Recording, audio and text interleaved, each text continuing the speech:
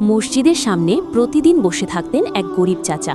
ছেঁড়া পাঞ্জাবি, মুখে বয়সের ছাপ, তবু চোখে ছিল এক অদ্ভুত শান্তি। সেদিন সারা দিনে কেউ কিছু দেয়নি, পকেটে ছিল মাত্র ২০ টাকা। ঠিক তখনই ভেসে এলো মাগরিবের আজান। হঠাৎ চাচার চোখে পড়ল এক ছোট ছেলে মায়ের হাত ধরে কাঁদছে। মা ফিসফিস করে বলছে, আজ বাসায় কিছু নেই বাবা। গরিব চাচা চুপচাপ পকেট থেকে ২০ টাকার নোটটা বের করলেন, ছেলেটার হাতে তুলে দিয়ে শুধু বললেন, আল্লাহ তোমাদের দেখছেন। সেই রাতে চাচা না খেয়েই মসজিদের বারান্দায় শুয়ে পড়লেন। ফজরের নামাজের পর হঠাৎ এক লোক এসে দাঁড়ালো।